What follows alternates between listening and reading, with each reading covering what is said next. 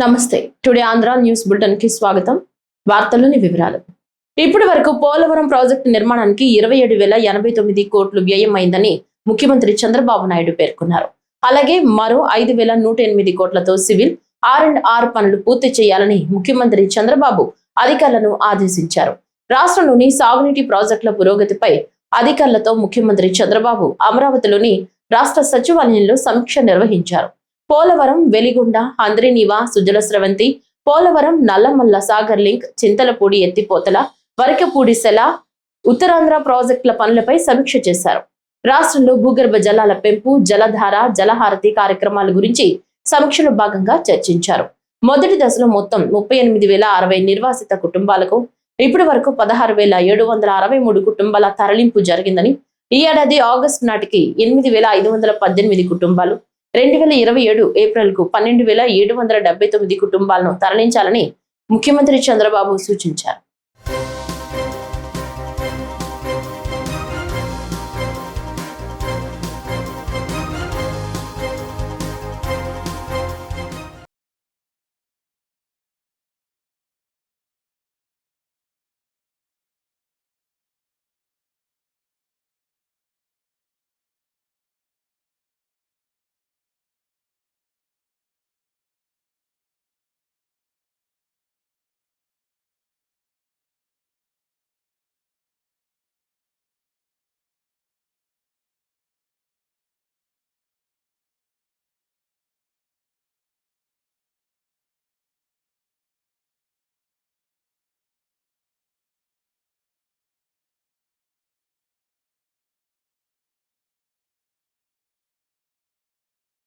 తిరుపతిలో పలు అభివృద్ధి కార్యక్రమాలు, ప్రారంభోత్సవాలు, శంకుస్థాపనలు చేశారు ఐటీ, విద్యాశాఖ మంత్రి నారా లోకేష్. 1,20,00,000తో తిరుపతి సమీపంలోని గొల్లవానిగుంటలో నూతనంగా నిర్మించిన ఎన్టీఆర్ స్పోర్ట్స్ కాంప్లెక్స్, 3,20,00,000తో చంద్రగిరిలో నిర్మించిన మల్టీపర్పస్ ఇండోర్ స్టేడియంను మంత్రి ఈ రోజు ప్రారంభించారు. అలాగే శ్రీనివాస స్పోర్ట్స్ కాంప్లెక్స్ లో 5 కోట్లతో Karanam Malleswari weight lifting academy, Gudur నియోజకవర్గం కోట మండలంలో 2,30,00,000తో మల్టీపర్పస్ స్పోర్ట్స్ ఇండోర్ స్టేడియం నిర్మాణానికి, సూళ్లూరుపేటలో 2,70,00,000తో మల్టీపర్పస్ ఇండోర్ స్టేడియం నిర్మాణానికి శంకుస్థాపన చేశారు. అంతేకాకుండా రేణిగుండం మండలంలో 80 లక్షలతో పాఠశాలలో క్రీడా సదుపాయాల ఏర్పాటుకు మంత్రి శంకుస్థాపనలు చేశారు.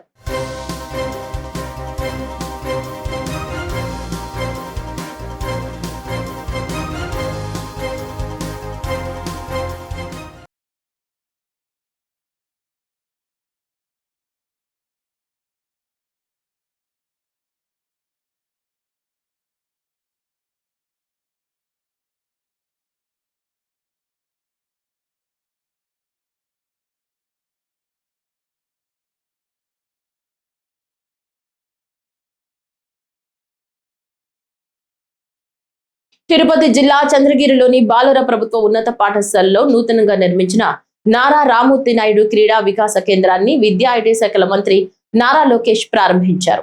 ముందు క్రీడా ప్రాంగణానికి చేరుకున్న మంత్రి నారా లోకేష్ కు హాకీ క్రీడాకారుల ఆధ్వర్యంలో ఘన స్వాగతం పలికారు. అనంతరం నారా రామ్మూర్తి నాయుడు మల్టీపర్పస్ ఇండోర్ స్టేడియాన్ని మంత్రి ప్రారంభించారు. శిలాఫలకాన్ని ఆవిష్కరించారు. ఈ సందర్భంగా పివి సింధు, కిదాంబి శ్రీకాంత్ తో కలిసి బ్యాడ్మింటన్ ఆడి సందడి చేశారు. చిన్నారులతో టేబుల్ టెన్నిస్, హాకీ ఆడారు. వారితో కలిసి ఫోటోలు దిగారు. సీఎం చంద్రబాబు నాయుడు సోదరుడు నారా రామ్మూర్తి నాయుడు జ్ఞాపకార్థం ఆయన పేరిట 3.17 కోట్లు వెచ్చించి ఈ క్రీడా వికాస కేంద్రాన్ని అభివృద్ధి చేశారు.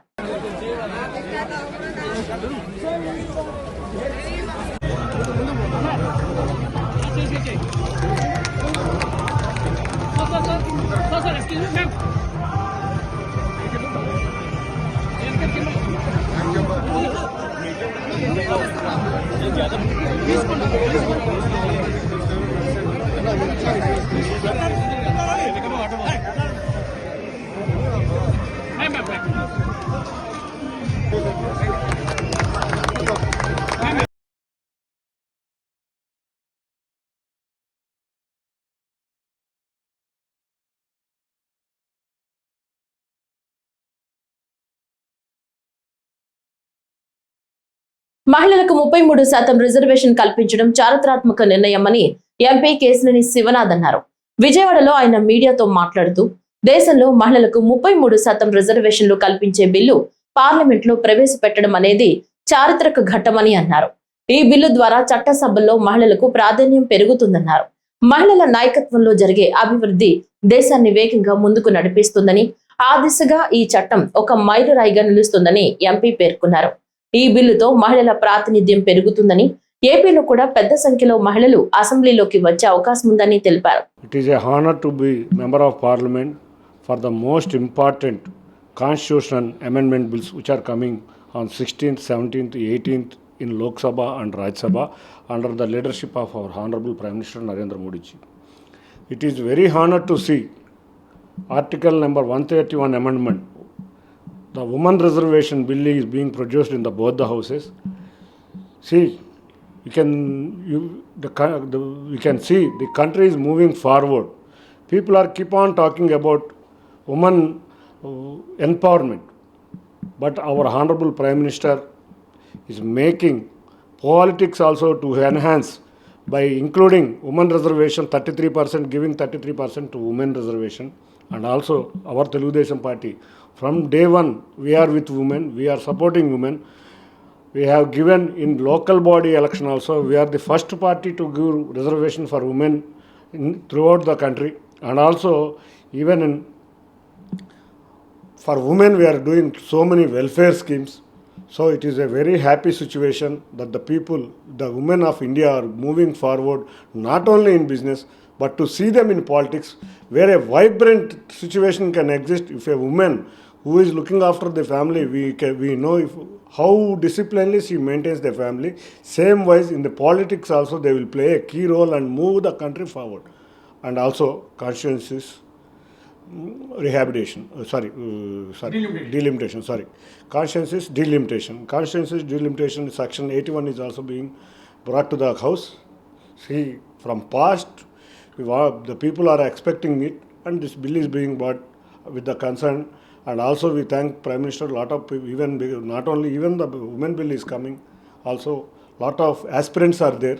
So throughout the country, irrespective of the state, equal quota they are maintaining in increasing the quota for the consciences. We thank once again our Honorable Prime Minister and our Honorable Chief Minister for bringing those bills, and I am honored to be the Parliament member at this time. Thank you very much. Krishna జిల్లా మచిలీపట్నం రామనాయుడుపేట ప్రాంతంలో స్వచ్ఛ కృష్ణ స్వచ్ఛ సర్వేక్షణ్ పేరిట స్వచ్ఛ భారత్ అవగాహన కార్యక్రమాన్ని రాష్ట్ర మంత్రి కొల్లు రవీంద్ర ప్రారంభించారు. మచిలీపట్నం నగరపాలక సంస్థ పరిధిలో ప్రతి ప్రాంతాన్ని శుభ్రంగా చేయడానికి ప్రత్యేక కార్యక్రమాలు రూపొందించామని తెలిపారు. మచిలీపట్నంలో వేస్ట్ టు వెల్త్ ప్రాజెక్టులో భాగంగా ప్రతిరోజు వచ్చే తడి చెత్త, పొడి చెత్త వ్యర్థాలను వేరు చేస్తూ వచ్చిన మట్టిని లోతట్టు ప్రాంతాలలో మెరక పనులకు ఉపయోగించడం జరిగిందని తెలిపారు. ప్రాసెసింగ్ చేసిన ప్రదేశాన్ని శుభ్రపరిచి 3 ఎకరాల స్థలంలో పార్కులు ఏర్పాటు చేస్తున్నామని, కేంద్ర ప్రభుత్వం పట్టణాభివృద్ధి శాఖ ద్వారా మౌలిక సదుపాయాల కల్పన కోసం 13 కోట్ల రూపాయలను కేటాయించడం జరిగిందని, ఆ నిధులతో డ్రైన్లను అభివృద్ధి చేస్తున్నట్లు తెలిపారు. కృష్ణా యూనివర్సిటీ ప్రాంతంలో 13 ఎకరాల స్థలంలో చెత్తను సంపదగా సృష్టించే కేంద్రాన్ని 8.6 కోట్ల రూపాయలతో యూనిట్లు ఏర్పాటు చేయడానికి నిధులను ప్రభుత్వం మంజూరు చేసిందని తెలిపారు. మురుగునీరు ఎందుకంటే మన సముద్రం కన్నా కూడా కొద్దిగా డౌన్లోనే ఉన్నాం. దానివల్ల డ్రైనేజ్ వాటర్ బయటికి పోవాలంటే పంపింగ్ చేసుకోవాల్సిన పరిస్థితి, లేదంటే అక్కడ లో టైడ్ ఉన్నప్పుడు వెళ్ళాల్సింది తప్ప మనకి ఎక్కువగా సముద్రపు నీరు హైట్ పెరిగినప్పుడు మన డ్రైన్ అంతా అయిపోతుంది. దానికి ఎలా చేయాలని మేనేజ్ చేయాలని దాని మీద ఒక ప్రణాళిక తయారు చేసుకున్నాం. అలాగే గ్రీనరీ కూడా, ఎందుకంటే 2014-19లో మరి ఆ రోజు మన మచిలీపట్నం సెంట్రల్ డివైడర్ మొత్తం కూడా అప్పుడు లేదు, డివైడర్ ఉంది కానీ మొక్కలు లేవు. దేనివల్ల? ఆవుల వల్ల, గేదెల వల్ల, లేకపోతే కొన్ని బాగా డౌన్ ఉన్నాయి, వర్షం వస్తే ఆ నీళ్ళన్నీ పొంగిపోయాయి. మనం అంత ఇస్తే మోకాళ్ళ లోతు నీళ్ళు వస్తాయి, నడువు లోతు వస్తాయి కూడా మెయిన్ రోడ్లో. వాటి వల్ల మనకు అయిపోతే అప్పుడు ప్లాన్ చేసి మొత్తం కూడా ఆవులు కూడా తినకుండా దాన్ని ఫెన్సింగ్ పెట్టి మొక్కలు పెడితే మెయిన్ రోడ్డు మీద ఇవాళ ఎంతో కొంత పచ్చదనం ఉందంటే దానికి కారణం ఆ రోజు మనం తీసుకున్నటువంటి కార్యక్రమం. అలాగే మొన్న గవర్నమెంట్ రాగానే మేము చూసాం డంపు, ఇప్పుడు అట్లే ఉండదుగా బందర్ అంటారు. బందర్ని మారుద్దామా లేదా? మీరందరూ భాగస్వాములు అవుతారు లేదా? స్వర్ణ బందర్గా మచిలీపట్నాన్ని తీసుకుని నా బందరు బంగారు బందరుగా చేసి చూపించాల్సిన బాధ్యత మనందరం మనం తీసుకుంటాం. దానికి శ్రీకారం చుడదాం. నేను కూడా నా వంతుగా బాధ్యత తీసుకుని 2 కిలోమీటర్లు నేను చేయిస్తున్నాను. మన రైల్వే ట్రాక్ దగ్గర నుంచి బందరకోట వరకు 2 కిలోమీటర్లు 2 పక్కల కూడా వరం వేయించి మట్టి వేయించి ట్రీ గార్డ్స్ పెట్టించి ఒక మోడల్ స్ట్రీట్గా ఆ ఏరియాని చేయాలని ప్రయత్నం చేస్తున్నాం. మరి అలా అందరం కూడా భాగస్వాములై ఇది నాది మన ఊరు నా ఇల్లు అనే విధంగా మీరు కూడా ప్లాన్ చేయండి. వాళ్ళకి చాలా మంచి అవకాశాలు వస్తున్నాయి మన మచిలీపట్నానికి.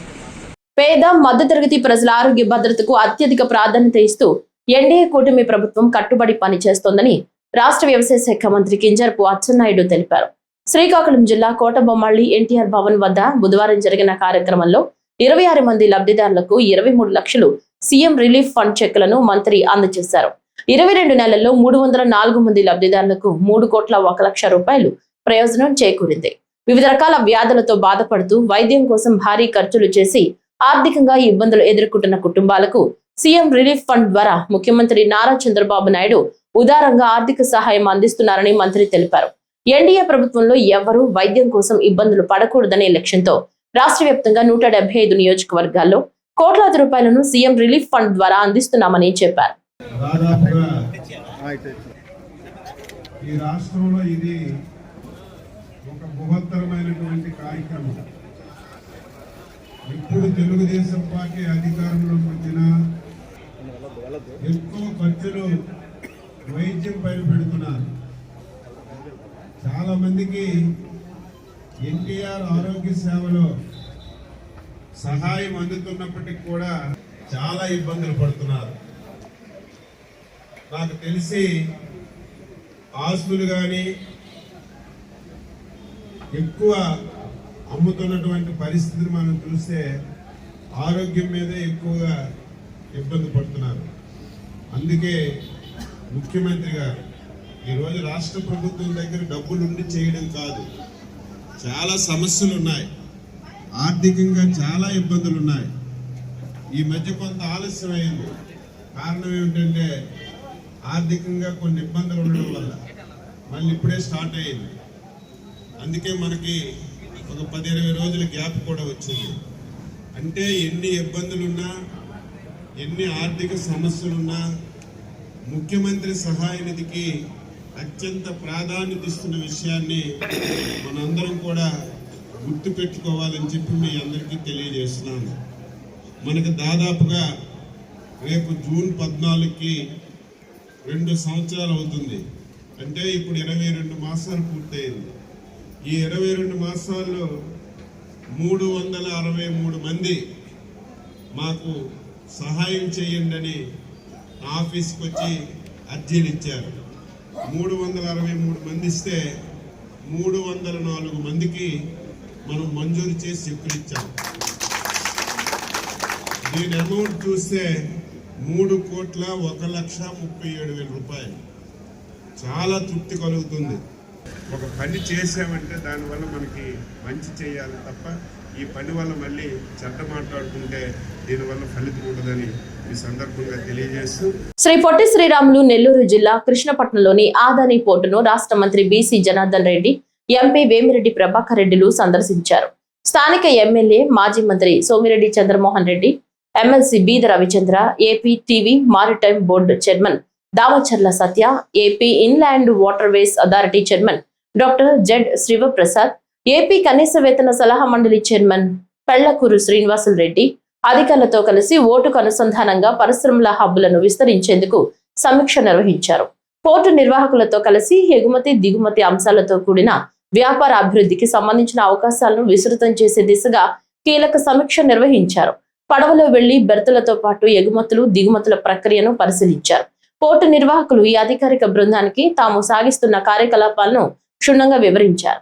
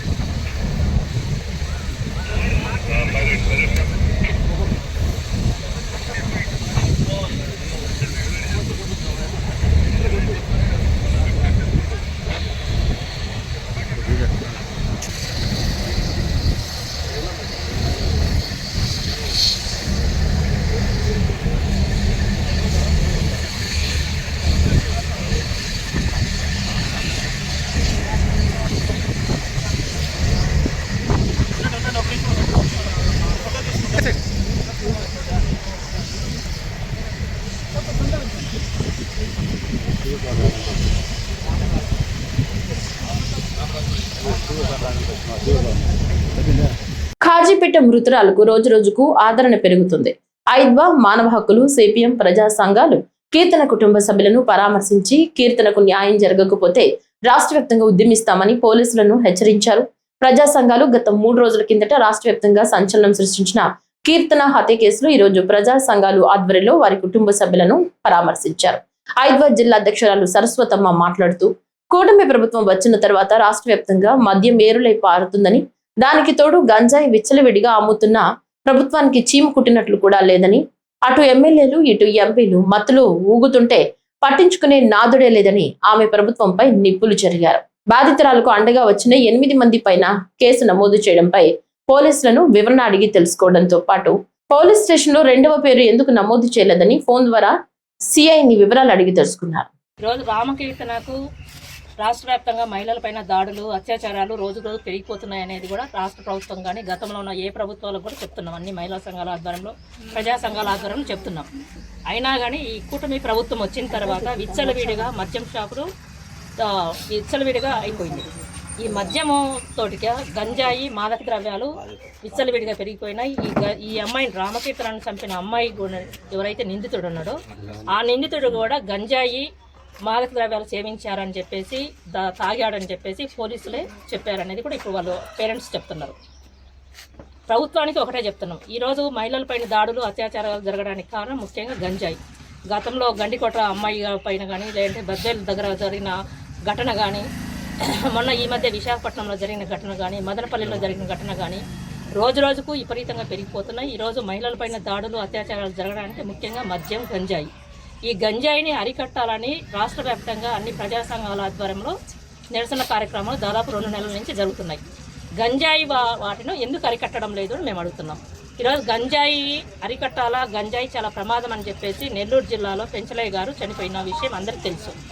ఎవరైతే గంజాయికి వాళ్ళు వ్యాపారం చేస్తున్నారో స్మగ్గలరు, ఆ స్మగ్గలరే మా మీద వ్యతిరేకంగా చేస్తామని చెప్పేసి పెంచలయ్య గారిని చంపేయడం జరిగింది గత 2 నెలల కిందట. గంజాయి స్మగ్గలరకు రాజకీయ పార్టీలు వెనకాల లేకుండా గంజాయి వ్యాపారం జరగదు.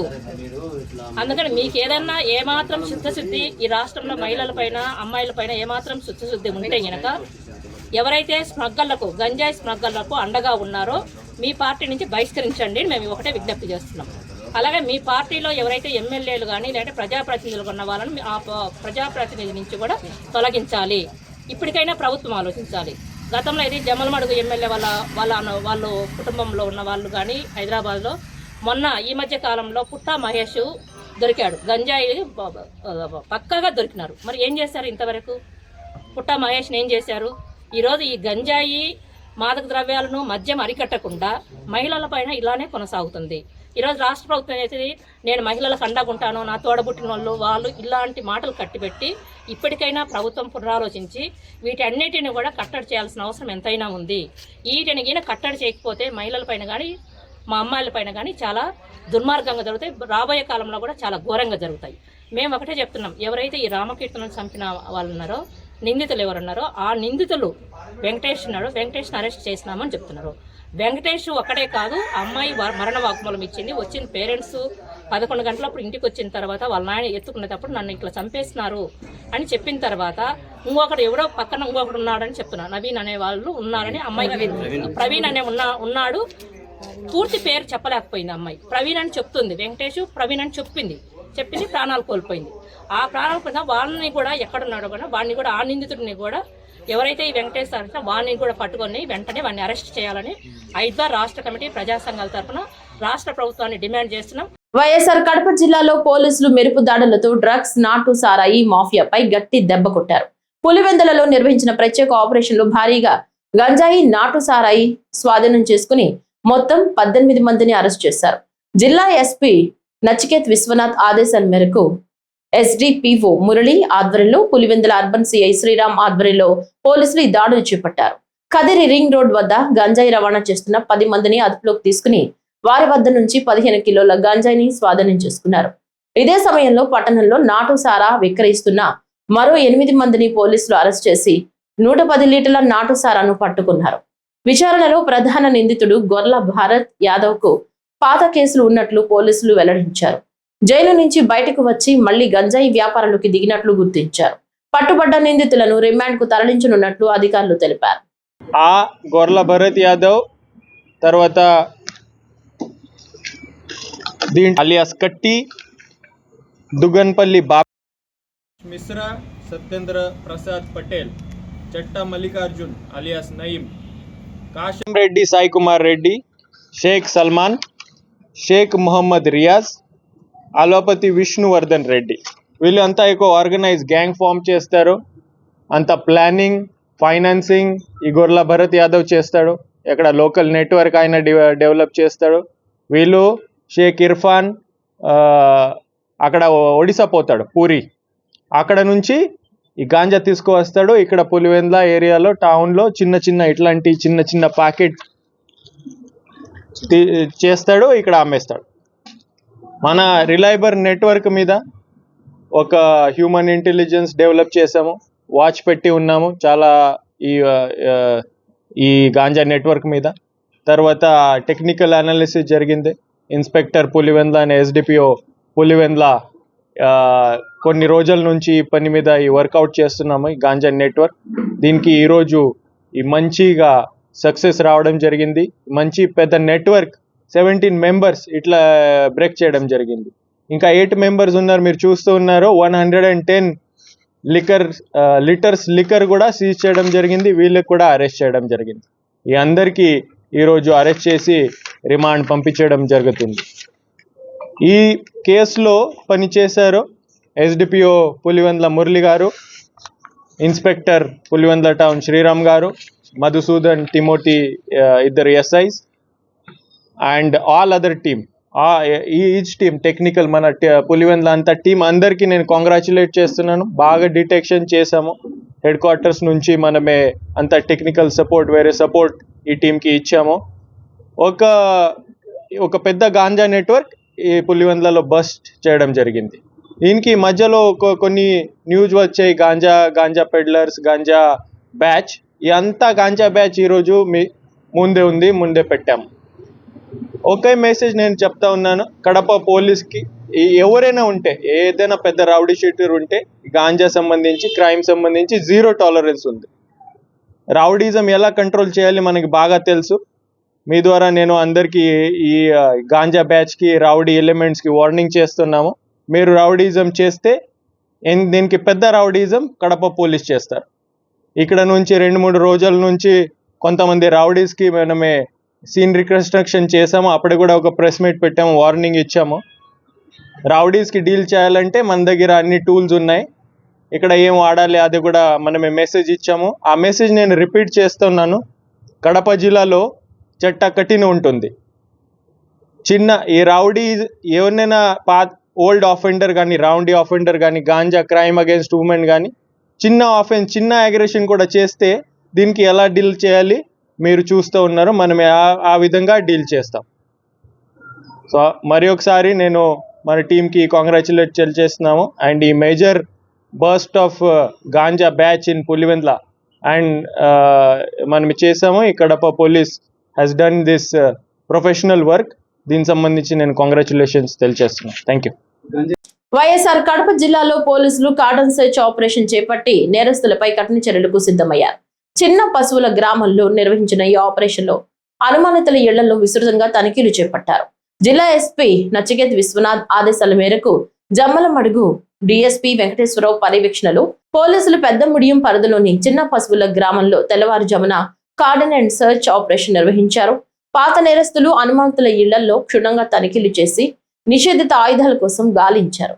ఈ తనిఖీలో రికార్డులు లేని 6 ద్విచక్ర వాహనాలు పోలీసులు స్వాధీనం చేసుకున్నారు. అలాగే రౌడీ షీటర్లు, ట్రబుల్ మాంగర్లకు కౌన్సిలింగ్ నిర్వహించి చట్ట వ్యతిరేక కార్యకలాపాలకు పాల్పడితే కఠిన చర్యలు తీసుకుంటామని హెచ్చరించారు.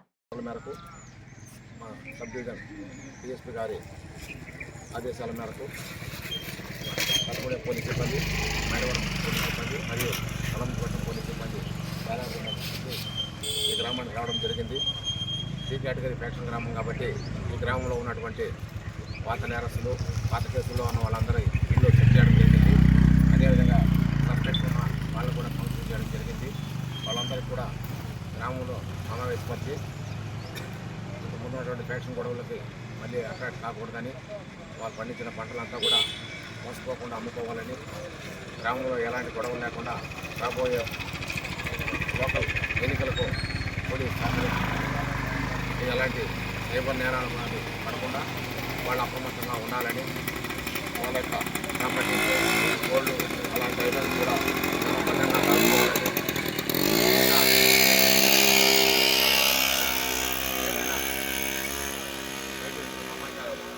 బయట వ్యక్తులు ఏదైనా గ్రామంలో జరుగుతుంటే ఏదైనా అనవసరంగా ఉంటే వాళ్ళ ఫోటోలు సేకరించి వాళ్ళ సమాచారం పోలీసుకి అందించమని చెప్పని వాళ్ళు టౌన్కి వాళ్ళ గ్రామానికి తిరిగేటప్పుడు విధిగా డ్రైవింగ్ లైసెన్స్ మరియు హెల్మెట్ పెట్టుకొని 2 వీలర్ నడపాలని ఇలాంటి సూచనలు చేయడం అయింది. గ్రామంలో కూడా కూపెట్ చేసి అందరినీ సమావేశపరిచి మరీ ఒకసారి మా గౌరవ ఎస్పీకర్ గారి ఉత్తర్వులు పాటించమని చెప్పి అందరినీ హెచ్చరిక చేయడం అయింది. కడపలో టీడీపీ జాతీయ ఉపాధ్యక్షుడు బాలిశెట్టి హరిప్రసాద్ కీలక వ్యాఖ్యలు చేశారు. తనపై పార్టీ ఇచ్చిన నమ్మకాన్ని నిలబెట్టుకుంటానని స్పష్టం చేశారు. సాధారణ కార్యకర్తగా ఉన్న తనకు టీడీపీ జాతీయ కమిటీలో స్థానం ఇవ్వటం ఎంతో హర్షణీయమని బాలిశెట్టి హరిప్రసాద్ తెలిపారు. రాబోయే రోజుల్లో పార్టీ గెలుపు కోసం తన వంతు కృషి చేస్తానన్నారు. కడపలో సీనియర్ జూనియర్ అనే భేదం లేకుండా అన్ని వర్గాల కార్యకర్తలను కలుపుకుని ముందుకు వెళతామని స్పష్టం చేశారు.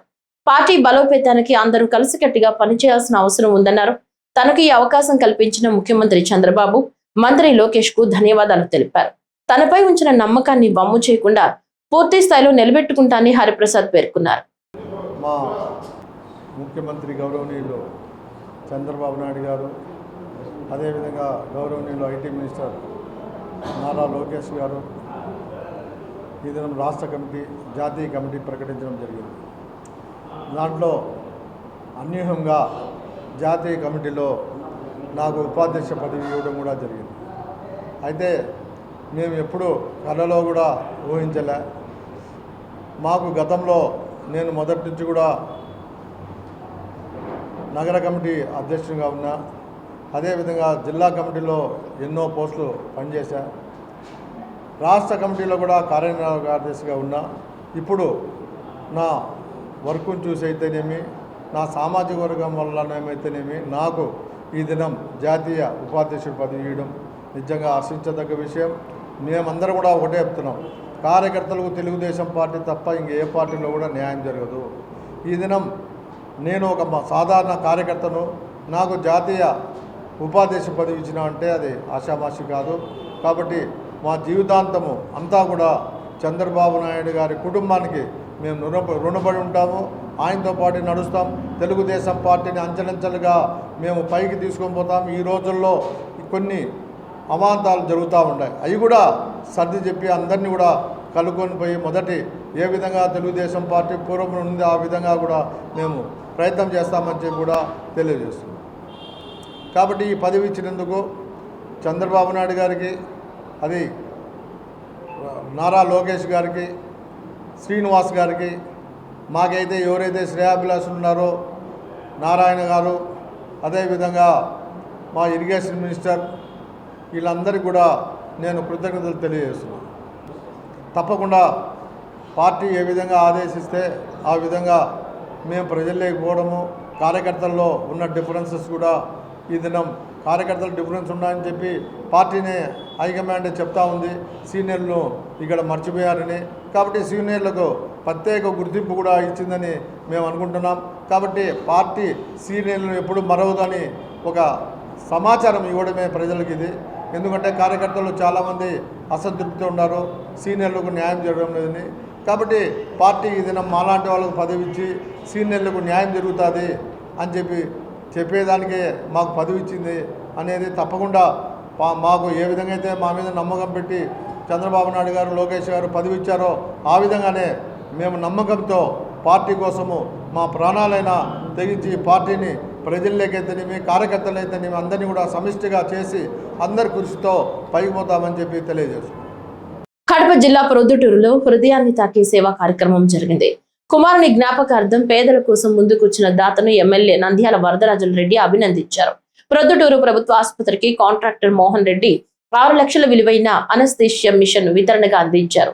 ఈ సందర్భంగా మాట్లాడిన ఎమ్మెల్యే వరదరాజుల రెడ్డి కుమారుడు బాలాజీ రెడ్డి ఆకస్మిక మరణం బాధాకరమని, ఆయన జ్ఞాపకార్థం సేవా కార్యక్రమాలు చేయడం గొప్ప విషయమన్నారు.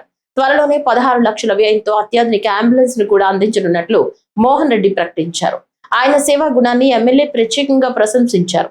మోహన్ రెడ్డి ఇచ్చిన అనస్థీషియా మిషన్ ఆసుపత్రిలో ఆపరేషన్లకు ఎంతో ఉపయోగపడుతుందని సూపరింటెండెంట్ ఆనంద్ బాబు తెలిపారు. ఆసుపత్రి అభివృద్ధి కమిటీ సమావేశానికి మోహన్ రెడ్డిని ప్రత్యేక ఆహ్వానితుడిగా ఆహ్వానించారు. సాయి బాలాజీ గారి పేరుతో వారి తండ్రి గారు అయిన మోహన్ రెడ్డి గారు 6 లక్షల విలువయ్యే అనస్థీషియా మిషన్ ఇవ్వడం జరిగింది. మరి ఈ మధ్య కాలంలో ఈ ఆసుపత్రి నిర్మాణం అయిన తర్వాత ఇంత గొప్ప మొత్తంలో డొనేషన్ ఇచ్చిన వాళ్ళు ఎవరు లేరు. మొట్టమొదట మనము మోహన్ రెడ్డి గారిని మనస్ఫూర్తిగా అభినందిస్తున్నాం. ఆయన మనసులో నేనేదో కొంచెం డబ్బు ఉండబడి ఇన్ని రకాల చికిత్సలు చేయించుకోగలిగినాను, కొన్ని లక్షల రూపాయలు ఖర్చు పెట్టుకోగలిగినారు. నాకంటే పేదవారుగా ఉండబడిన వాళ్ళు ఇంత డబ్బులు ఖర్చు పెట్టుకొని చికిత్సలు చేయించుకోలేరు పరిస్థితి ఉండదు. కాబట్టి ఏదైనా కూడా నాకు కొడుకు జ్ఞాపకార్థంగా 4 మంచి పనులు చేయాలనే ఒక మంచి ఉద్దేశంతో మోహన్ రెడ్డి గారు ఈ ప్రభుత్వ ఆసుపత్రికి 6 లక్షల రూపాయలు ఖరీదు చేసే మన మత్తు యంత్రాన్ని ఇవ్వడం జరిగింది. కొడుకు సంబంధించి జ్ఞాపకార్థం చేయాలని మంచి పనులలో ఈరోజు ఈ మత్తు మిషన్ 6 లక్షల రూపాయలకి ఇవ్వడం జరిగింది. త్వరలోనే ఒక అంబులెన్స్ కూడా ఈ ప్రభుత్వ ఆసుపత్రికి ఉచితంగా ఇవ్వాలని ఆయన నిర్ణయించుకున్నాడు. ఆ అంబులెన్స్ సుమారు 15 లక్షల రూపాయలు ఖరీదైన అంబులెన్స్ ను ఆయన దీనికి ఆసుపత్రికి ఇచ్చేదానికి నిర్ణయం తీసుకోవడం జరిగింది. మరి మోహన్ రెడ్డి గారు 16 లక్షల రూపాయలు అంబులెన్స్ ఇవ్వడం చాలా గొప్ప విషయం. ఆయన కూడా ఒక హాస్పిటల్లో ఒక సభ్యునిగా సమావేశాలు జరిగే సందర్భంగా ఆయనను కూడా ప్రత్యేక ఆహ్వానితుగా ఈ ఆసుపత్రికి తెలియజేస్తున్నా కలెక్టర్ గారికి చెప్పి ఒక సభ్యునిగా మాలో ఏర్పడే సమావేశం ఉంది. ఆ సమావేశానికి మోహన్ రెడ్డి గారిని కూడా ఆహ్వానిస్తున్నాము. ఇటువంటి మంచి పనులు చేసే వాళ్ళను మనం గౌరవించాలి. ఇంత మంచి పని చేసిన మోహన్ రెడ్డి గారిని ఆయన జీవితకాలము సుఖ సంతోషాలతో జరగాలని, ఆయన కుటుంబ సభ్యులు వారందరూ కూడా బాగా ఉండాలని ఆ దేవుని మనస్ఫూర్తిగా మేమందరం కోరుకొని ఆయన ఉండే జీవితకాలము బాగా జరిగిపోవాలి సంతోషంగానని దేవుని ప్రార్థిస్తూ సెలవు తీసుకుంటున్నాను. గత 2-3 నెలల కిందట ఆయన కుమారుడు అకస్మాత్తుగా చనిపోవడం మాకందరికీ చాలా బాధ కలిగించింది. ఎంత మంచోడు అంటే మోహన్ రెడ్డి నేను చెప్పాల్సిన అవసరం లేదు. ఈరోజు మీరందరూ చూస్తున్నారు. పోయిన కొడుకుని తేలేం, కానీ ఆయన మృతికి జ్ఞాపకార్థకంగా కొన్ని చేయాలని చెప్పేసి ఆయన నిర్ణయించుకోవడం మనకందరికీ సంతోషదగ్గమైన విషయం. 10 మందికి ఉపయోగపడేది. ఆరోగ్య రీత్యా ఇటువంటి మంచి కార్యక్రమాలు ఇంకా భవిష్యత్తులో దేవుడు అతనికి మోహన్ రెడ్డి గారికి ఆయుష్ ఆరోగ్యాలను ప్రసాదించి ఇటువంటి మంచి కార్యక్రమాలు చేయాలని చెప్పి ఆయనకు మేము కూడా అండదండాలు ఉంటాము. తప్పకుండా ఆయనకి అనుకుండి మేము ఒక అండగా నిలబడి ముందుకు నడిపిస్తామని తెలియజేసుకుంటాం. ఇంత మంచి కార్యక్రమానికి విచ్చేసిన పెద్ద వరదరాజరెడ్డి గారికి కూడా ఆయనకు కూడా అభినందనలు చెప్తూ మోహన్ రెడ్డికి కావాల్సిన బంధువులు, పార్ట్నర్స్, స్నేహితులను అందరినీ కూడా ధన్యవాదాలు తెలియజేసి ఈ అవకాశం ఇచ్చిన పెద్దలకు కృతజ్ఞతలు తెలియజేసుకుంటూ సెలవు తీసుకుంటాం. పెద్దలు చెప్పినట్టు నా కొడుకు జరిగిన ఇబ్బంది ముగ్గురు జరగకూడదనే ఉద్దేశంతో మానవతా దృక్పథంతో ఇది చేశాను. ఈ మిషన్తో పాటు ఒక నెల లోపల ఒక అంబులెన్స్ కూడా గవర్నమెంట్ హాస్పిటల్కి ఇస్తాను. ప్లస్ ఆ డ్రైవర్ జీతం కూడా నేనే ఇస్తాను. కడప జిల్లా కమలాపురంలో అనుమతులు లేకుండా నడుస్తున్న ఓ ప్రైవేట్ స్కూల్ పై విద్యాశాఖ తీవ్ర ఆగ్రహం వ్యక్తం చేసింది. ప్రభుత్వ నిబంధనలు ఉల్లంఘిస్తూ స్కూల్ నిర్వహణ కొనసాగుతున్నట్లు అధికారులు వెల్లడించారు. కమలాపురం నగర పంచాయతీ పరిధిలోని Indian global Islamic English medium school కు విద్యాశాఖ నుంచి ఎటువంటి అనుమతులు లేవని మండల విద్యాశాఖ అధికారి బేబీ స్పష్టం చేశారు. అయినప్పటికీ ప్రభుత్వ గుర్తింపు ఉన్నట్లు బోర్డులు ఏర్పాటు చేయడం ప్రజల్ని తప్పుదోవ పట్టించే చర్యగా ఆమె ఖండించారు. డాక్టర్ బిఆర్ అంబేద్కర్ జయంతి సందర్భంగా ప్రభుత్వం సెలవు ప్రకటించిన రోజున కూడా స్కూల్ నిర్వహించడం తీవ్ర నిర్లక్ష్యంగా వ్యవహరించినట్లేనని పేర్కొన్నారు. ఇది విద్యా వ్యవస్థకు విఘాతం కలిగించే చర్యగా అభిప్రాయపడ్డారు. ఈ నేపథ్యంలో స్కూల్ యాజమాన్యానికి ఇప్పటికే నోటీసులు జారీ చేసినట్లు తెలిపారు. త్వరలోనే పోలీస్ శాఖలో ఫిర్యాదు నమోదు చేసి చట్టపరమైన చర్యలు తీసుకుంటామని హెచ్చరించారు. తల్లిదండ్రులు అప్రమత్తంగా ఉండాలని, గుర్తింపు లేని ఆ స్కూల్లో పిల్లల్ని చేర్పించవద్దని మండల విద్యాశాఖ అధికారులు స్పష్టం చేశారు. గ్లోబల్ స్కూల్ ఇస్లామిక్ స్కూల్ వారు ఏప్రిల్ 14న స్కూల్ నడపడంపై మేము యాజమాన్యానికి నోటీస్ ఇవ్వడం జరిగింది. కానీ ఆ స్కూల్కి ఎలాంటి పర్మిషన్ లేదు. తల్లిదండ్రులు ఎవరు కూడా అక్కడ జాయిన్ చేయొద్దు. ఒకవేళ జాయిన్ చేసినా తల్లికి వందనం రాదు. మీరు ఒకవేళ ఆ స్కూల్ జాయిన్ చేస్తే ప్రభుత్వం వారు ఎలాంటి విద్యాశాఖ వారు ఎలాంటి బాధ్యత వహించారు. ఇంతకుముందు ఏమైనా అప్లై చేసినారు మేడం మీరు దానికోసం? స్కూల్కి ఇండియన్ గ్లోబల్ హై స్కూల్ వాళ్ళు అప్లై చేశారు కానీ మేము ఎలాంటి పర్మిషన్ ఇవ్వలేదు. ఎందుకట్లా మేడం? సరైన సదుపాయాలు లేకపోవడంతో స్కూల్కి పర్మిషన్ ఇవ్వలేదు. గుర్తింపు పడింది అని బోర్డు కూడా పెట్టినాడు ఆయన. ఆయన ఫస్ట్ నుంచి బోర్డు పెట్టినాడు సార్, తీయమని చెప్తున్నాము, నోటీస్ ఇచ్చాము, దానికి స్పందించట్లేదు సార్. ఆయన పోలీస్ స్టేషన్లో కంప్లైంట్ ఇచ్చారు మేడం. నోటీస్ జారీ చేసి దాన్ని క్లోజ్ చేయడం ఊపించడానికి నోటీస్ ఇస్తున్నాం సార్. ఇప్పుడు పత్రికా ప్రకటన ఇస్తున్నాం సార్. అప్లై చేసింది వెనక్కి రావడంతోనే మేము కొంచెం టైం తీసుకోవాల్సి వచ్చింది, కానీ అది వెనక్కి వచ్చిందంటే మేము నోటీస్ ఇవ్వడం జరిగింది. పర్మిషన్ ఇవ్వట్లేదని లెటర్ పంపడం జరిగింది, నోటీస్ ఇచ్చాము. కడప జిల్లా రాజంపేట మండలం కూచివారిపల్లిలో తేనెటీగల దాడి కలకలం రేపింది. ఈ ఘటనలో సుమారు 25 మంది గ్రామస్తులు గాయపడ్డారు. గ్రామంలో ఆరు బయట కూర్చుని ఉన్న సమయంలో ఒక్కసారిగా తేనెటీగల గుంపులు దాడి చేసినట్లు బాధితులు తెలిపారు. ఊటుకూరు వెంకటరమణ ఆయన భార్య సుబ్బలక్ష్మమ్మ మాట్లాడుతూ తేనెటీగలు గుంపులుగా వచ్చి దాడి చేయడంతో భయంతో గ్రామస్తులు పరుగులు తీసినట్లు చెప్పారు. ఈ ఘటనలో గాయపడిన వారిలో కొందరు స్థానిక ప్రైవేట్ ఆసుపత్రిలో చికిత్స పొందుతుండగా మరికొందరికి వాంతులు, విరోచనాలు వంటి సమస్యలు తలెత్తడంతో మెరుగైన చికిత్స కోసం తిరుపతికి తరలించారు. మధ్యలో ఈ ఇంటికి ఒక చెట్టు ఉంటుంది మా సమానం వాళ్ళందరూ అన్నీ అది తెలిసేసినాయి పట్టుకోలేక కూడా కడుగుతుంది సార్.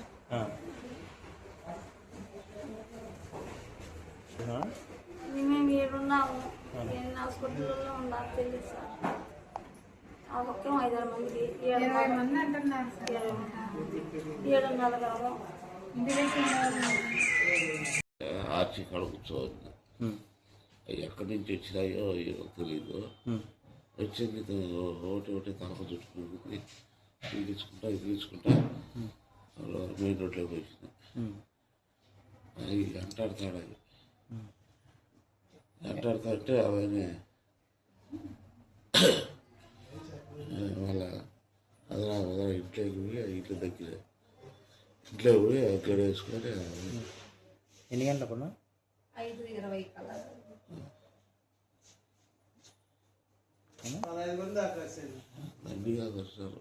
మా ఇంట్లోనే. మా పాప బయట ఉన్నింది. మా పాపకు 4 మలుకుండేటప్పటికి మా పాప ఇంట్లోకి వస్తానే మా పాప బండి తీసి ఇసిరేసేసినాను. పిల్లల్ని ఇంట్లో దోసేసినాను. అంత లోపల కాసేపటికి ఇవి తోలేటప్పటికి మా నాన్న వచ్చినాడు. ఆయన షర్టుకు మొఖానికి అంతా ఉండేటప్పటికి షర్ట్ ఇట్లా తీసి ఇసిరేసేసి ఇంట్లోకి దోసినాను. ఆ ఇదిలీయడంలో నా చెవులేకి ఒకటి వెళ్ళిపోయింది. వీళ్ళు ఇంట్లోకి వెళ్ళిపోయినారు కదా, ఇంకేం ఇబ్బంది ఉండదని నేను పక్కన మా పాప ఉంటే మా పాప కాడికి పోయి చెవులో చూపించుకుందామని ఆ ఇంట్లోకి పోయేటప్పుడు దారెమ్మిడి ఆవే.